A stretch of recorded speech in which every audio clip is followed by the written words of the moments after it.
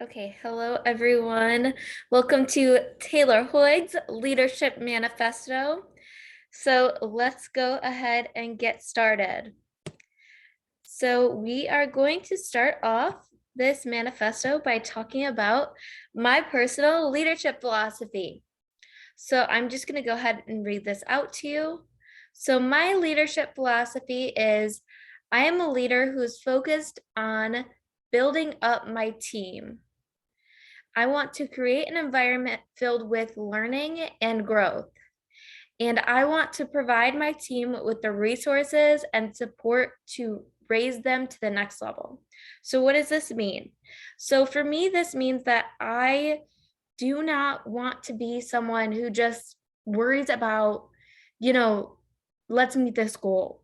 I want to be a leader who truly inspires a team to be better. Um, and that is what I want my leadership philosophy to focus on. So now my leadership style. So I define my leadership style as transitional.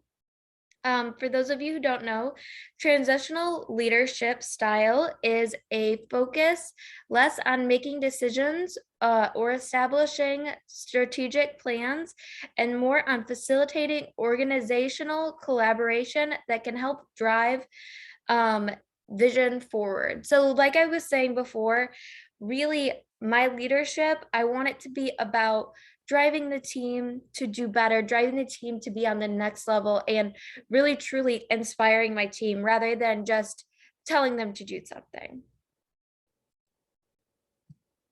So, how does my transitional leadership style represent my behaviors as a leader?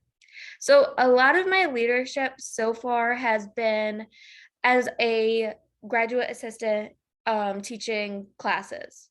So I would say in this sense, and the leadership experience that I have had, it has been a transitional leadership style type behavior because I do rather than just giving out my students assignments, I urge them to truly like dig deeper, and if you don't know the answer to something, try and find an answer, or we will work together to find an answer rather than just say, well, just get it done. I care more about the learning for my students rather than the actual grade for them or, you know, the product they're producing. I care about whether they're able to retain that and whether it's able to move them forward in their careers.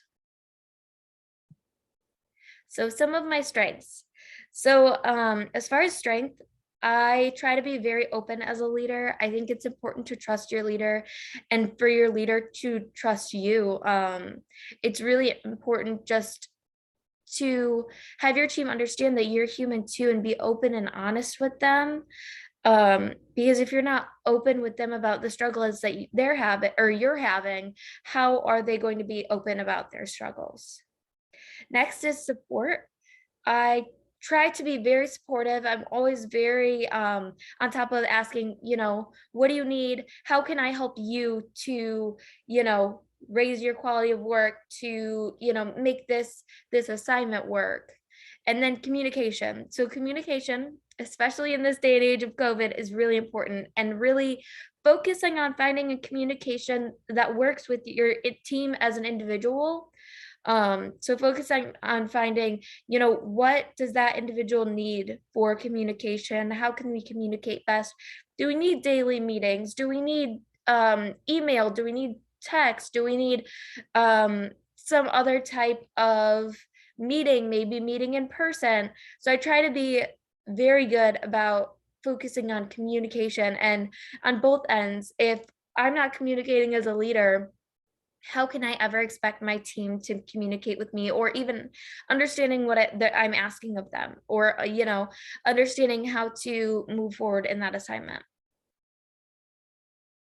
And the last thing we're going to talk about is areas of growth. So, throughout legacy leadership, I have definitely grown a lot. But these are the two things that came to mind most. So, the first was self analysis. It's really hard sometimes to look back and think about you and who you are and how you communicate best, what is important to you. And we in legacy leadership have just done this in repeated assignments, have looked at what our values are, have looked at, what we belong to, what our philosophies are, what our leadership styles are. We just continue to have a lot of self-reflection.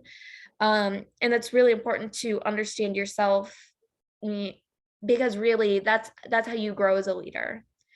And then problem solving skills. So we have also had multiple assignments where we are looking for how to solve a problem and creative solutions to those issues, because as a leader you have to be creative, you have to think outside of the box, and you have to be able to inspire your team to do that as well. So you have to be good at that skill so that you can inspire other people to be good at that skill as well. So that is my leadership manifesto. um yeah, I've really enjoyed legacy leadership. That's really all I can say. And I'm so thankful that it has helped me grow as a leader. So thank you so much for everyone sitting through my presentation. I definitely appreciate it.